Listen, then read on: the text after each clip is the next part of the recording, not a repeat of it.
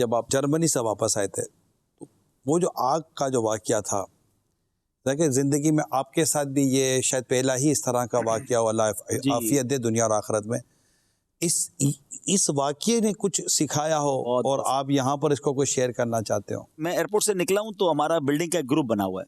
उस ग्रुप में video share की गई बिल्डिंग के इंतजामिया की तरफ से कि नीचे चेज़ में धुआं निकल रहा है, अभी तो आग लगी थी, तो हम बिल्डिंग की बिजली बंद कर रहे हैं, तो थोड़ी देर में उम्मीद है कि आग बुझ जाएगी। तो मुझे अचानक हुआ कि यार ये ना बुझी तो घर वाले तो सबसे ऊपर है, मेरा घर तो सबसे ऊपर फ्लोर पे था, तो मैंने उनको फौरन फोन किया कि आप साहब नीचे आ जाएं। तो उन्होंने कहा बगैर लिफ्ट के नीचे कैसे आएंगे? मैंने कहा मैं आपको जो कह रहा हूँ आप समझें, और सब बच्चों को सब चीज़ों को इत्तेफाक मेरे ज़हन में ये भी आ गया कि पासपोर्ट वगैरह भी ले लें और कुछ ज़रूरी सामान भी ले लें और नीचे उतरें।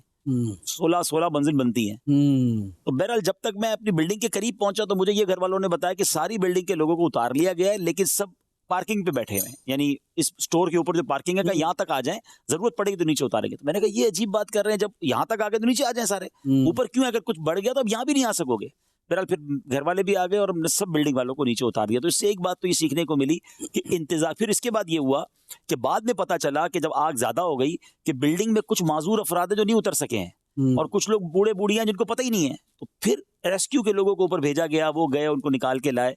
तो अंदाजा ये हुआ कि प्रिकॉशंस में एक्सट्रीम को ही सोच के चलना चाहिए कि भाई ज्यादा से ज्यादा क्या हो सकता है, तो वो एवोक्यूएशन जो है या निकल जाना चाहिए उस जगह से।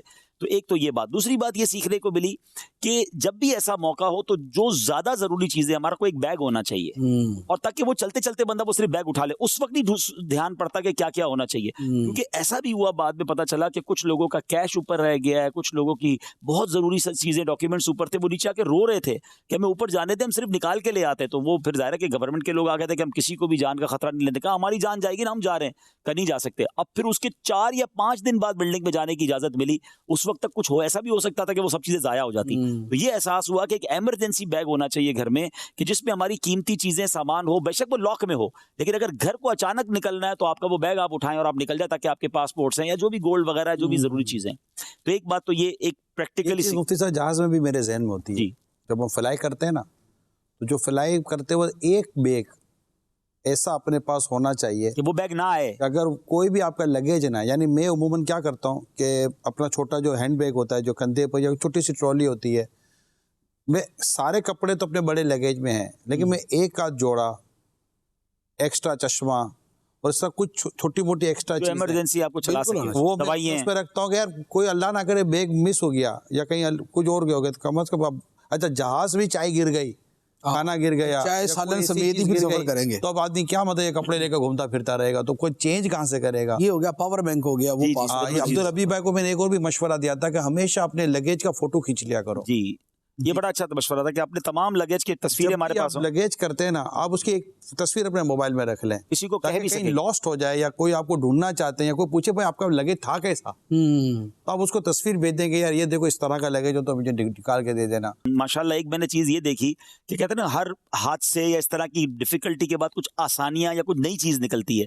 सब जो बिल्डिंग वालों में मैंने प्यार देखा, लोगों ने एक दूसरे के लिए जो मदद का मामला किया। फिर माशाल्लाह हमारे FGRF वालों ने बड़ा कमाल किया, उधर आके उन्होंने खाना पेश किया, पानी। फिर जब वो रेस्क्यू के लोग आ रहे थे तो ज़ाहिर इतनी गर्मी के दिन थे वो, उनको पानी, और इसकी जो गर्मी होती है, अल्लाह अकबर।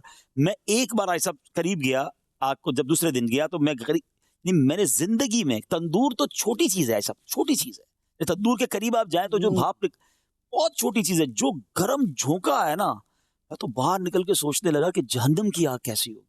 और जो शोले थे और फिर जो आग, यानी तकरीबन 350 टैंकर डले हैं पानी के, 350 टैंकर जिस आग को, उन्होंने पहले ही बता दिया कि अब आग, हम पानी तो जरूर डाल रहे हैं लेकिन आग बुझनी जब है जब सारा सामान ने जल रहा है, क्योंकि इसमें वो इनफ्लेमेबल सामान जो था, फ्लेमेबल सामान आपको पता है कि परफ्यूम हो या बॉडी स्प्रे हो या खाना पकाने का तेल हो, तो ये चीजें तो आग वैसे ही पकड़ती हैं। तो ये जब खत्म होगा ना तभी आग ने बुझना है, इससे पहले नहीं बुझना। हमें तो यही फिक्र थी कि बिल्डिंग बच जाए।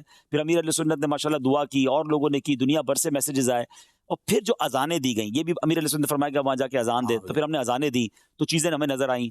और लेकिन एक जो मैं बात जो कर रहा था कि जो बाउंडिंग हो गई बिल्डिंग के लोगों की, पड़ोसियों की, एक दूसरे की जो खैर खाई ख्याल, यानी बहुत सारे वो थे, मैं देखता तो लड़ते हैं आपस में, लेकिन वो भी एक दूसरे से मिलकर रो रहे हैं और मदद कर रहे हैं, एक दूसरे को हेल्प आउट कर रहे हैं।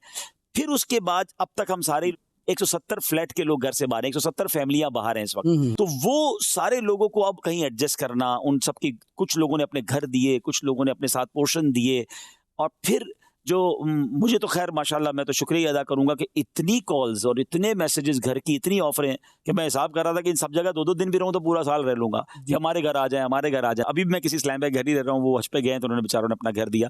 तो ये अच्छा, फिर मैं जो सोच रहा था कि सारे कराची की ऑलमोस्ट इंतजामिया लगी रही, ये दुनिया की एक आग को नहीं बुझा सकी, तो बड़ा एहसास हुआ कि जहन्नम की आग कैसी होगी, अल्लाह वहाँ महफूज रखे। फिर मैंने ये देखा कि बस में कुछ नहीं है, हमारे पल में बेघर होना और पल में कंगाल होना या पल में करोड़ों का नुकसान हो जाना, इन लोगों को जो नुकसान हुआ है, स्टोर वालों को करोड़ों रुपए का नुकसान है। और हमारी बिल्डिंग को भी इस वक्त करोड़ों रुपए चाहिए इस बिल्डिंग को दोबारा जैसी थी वैसी बनाने के लिए। अब उस पर काम हो रहा है और उम्मीद है कि इंशाल्लाह हो जाएगा। लेकिन कहते ना, बंदा बड़ा करता है, मेरा घर तो मेरा पैसा तो मेरा माल तो इतना माल, ये कब जब चला जाए। यानी बहुत कुछ सीखने को मिला कि यार, अब देखना, घर होते हुए गर्दन का सरिया निकाल के रखना। हाँ, गर्दन का सरिया होना नहीं चाहिए, बिल्कुल सीखने। लेकिन ये कि वाकई कब क्या चला जाए कुछ पता नहीं है। इंसान बस ज़वाल नेमत की जो है अल्लाह से दुआ करता रहे कि ज़वाल नेमत से अल्लाह बचाए।